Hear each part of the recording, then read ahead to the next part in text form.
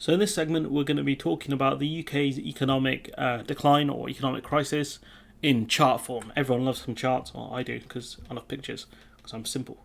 But yeah, inflation. We've got this one. The consumer price index has jumped from almost zero during the pandemic to 9.1%, and it's forecast to top 11% by October when the energy cap rises and will push bills above £2,800 a year. So that's going to be a lot of fun.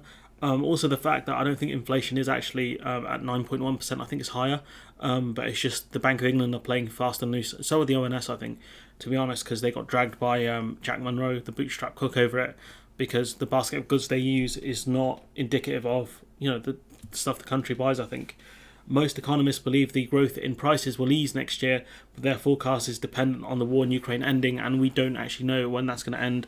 It will just depend on when, if Ukraine, I think, runs out of people, or if Russia runs out of people. I think at this point that's what it will fall down to.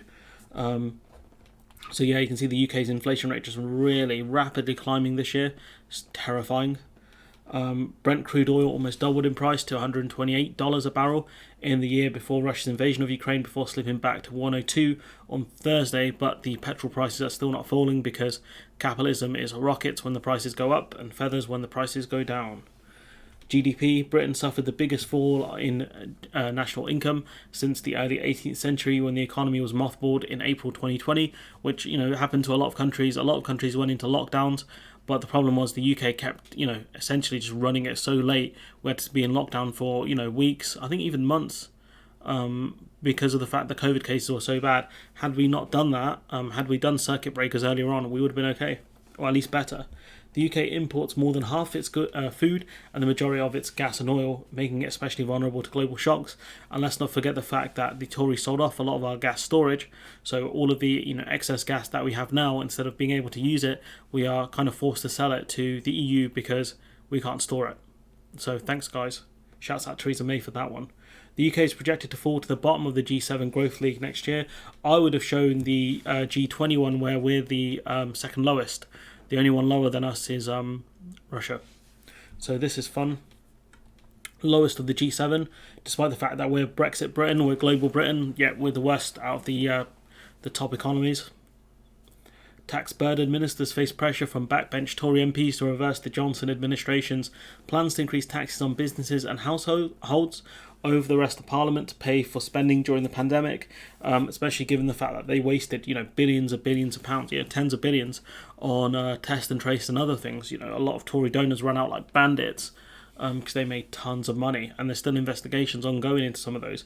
But if you look at taxes as a percentage of our GDP, right, you can see it's going over 36%. I mean, I can't quantify all of these numbers for you. All I can do is tell you, yeah, that doesn't look promising when we're taxing so much, because that's money going directly out of the economy into tax straight to the government, when you really need people on lower middle incomes to have money so they can spend it. That's typically what they're going to do with money. They can either spend it on necessities, which we know that people are spending less on essentials in the UK right now. That's something the Poundland owner currently talked about, Pepco.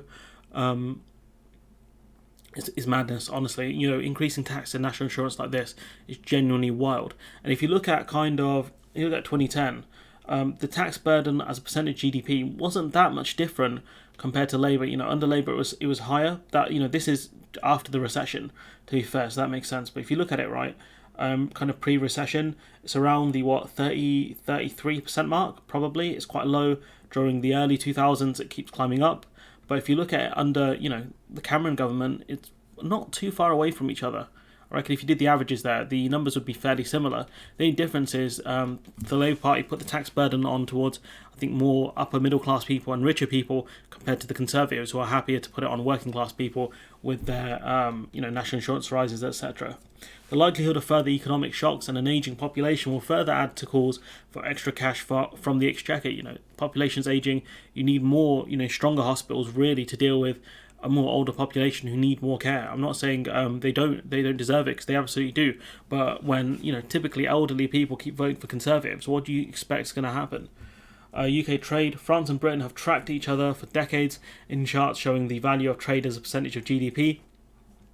However, recent figures have shown Britain's trade stagnated while France's position has improved dramatically. Brexit is being blamed by many economists for the UK's less rosy outlook, and it makes sense that France's could rise. France's could rise because they could sell more, they could pick up the slack from us. And if you look at it, it's been fairly level. 2015, we kind of dip off. France keeps a lead on us from around, let's see, not even 2015, probably 2013. You could argue there, France really takes a lead on us, and their trade is higher as a percent of GDP. You could also argue that because we're more of a service-based economy, that could be why we focus maybe less on trade. It depends how you really want to spin these figures. At the top we have Germany, which, no surprise, manufacturing powerhouse, absolute monster. But Australia surprisingly slightly lower than I thought they would be. But the UK is struggling here when it comes to exports. It's not good. It's not good at all. Especially given that our GDP has fallen more than France's. So our trade as a percentage of our GDP has dropped off even more. That's alarming.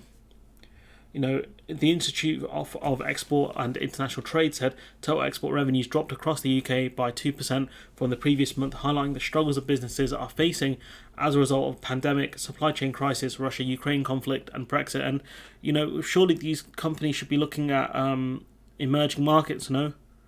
Emerging markets, that's what we were told we would do trade with. More trade with emerging markets and the rest of the world. Why aren't we doing that? Come on, business, do trade. Do trade, guys.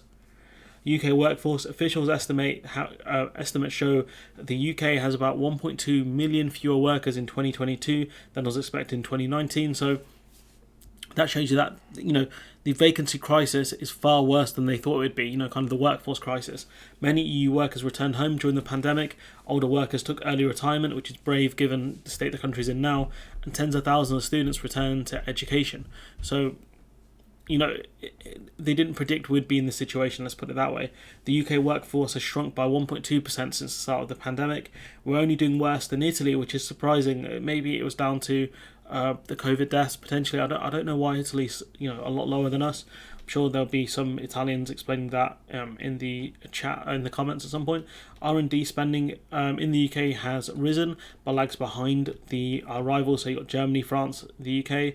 I'm sure the Americans would be quite high as well, percentage of our GDP, especially, given the fact that I've covered recently we've got a situation where we're not going to join Horizon, and the money that the Horizon rival has, it's going to be far less than what the kind of minister wants it to be. He wants it to be around the 14 billion we would have paid into Horizon, but what the Treasury have told him is that's not going to happen. In fact, it doesn't even have cabinet approval, the Horizon rival, or funding from the Treasury, especially given that, we know that Nadhim Zahawi might not even be Chancellor when it comes to September. It might be a different Chancellor, be a whole different cabinet. That thing has to go through approval. So this Horizon rival might not come into place for another 2 years, or another year potentially. So all of those scientists in the UK that have been offered grants by the EU, I think it's the ERC, European Research Committee or something like that.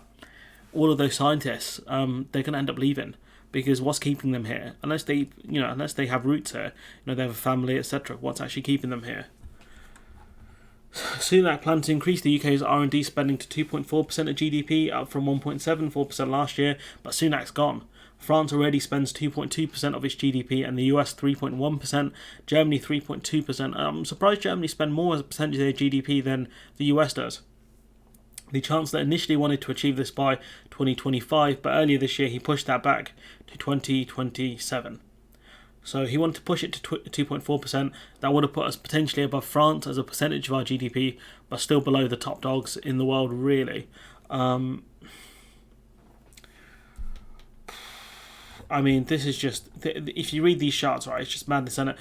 The UK is just lagging behind absolutely everyone.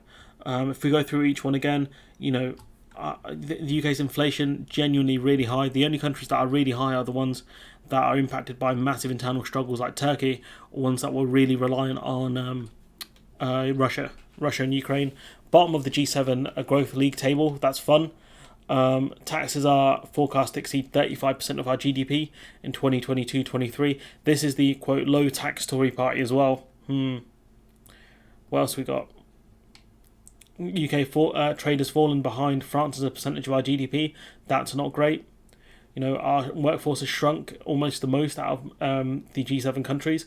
Italy being the only one that's done worse than us. You've got R&D spending still lower than the rest of our rivals. It just goes to show you that we're in such a bad position right now. we're in such a bad position, and it'll only get worse. It'll only get worse. I don't know what more to say apart from, yeah, shouts out to the Tory party for doing this. Thanks for ruining our country, guys. I thought you were meant to be the patriots. But anyways, I guess just like the Patriots of Metal Gear, you ruined everything. But anyways, I'm going to leave it there. Let me know what you think in the comments below. Like, comment, share, subscribe, support the channel on Patreon if you can. And remember, I ain't no lardy lule.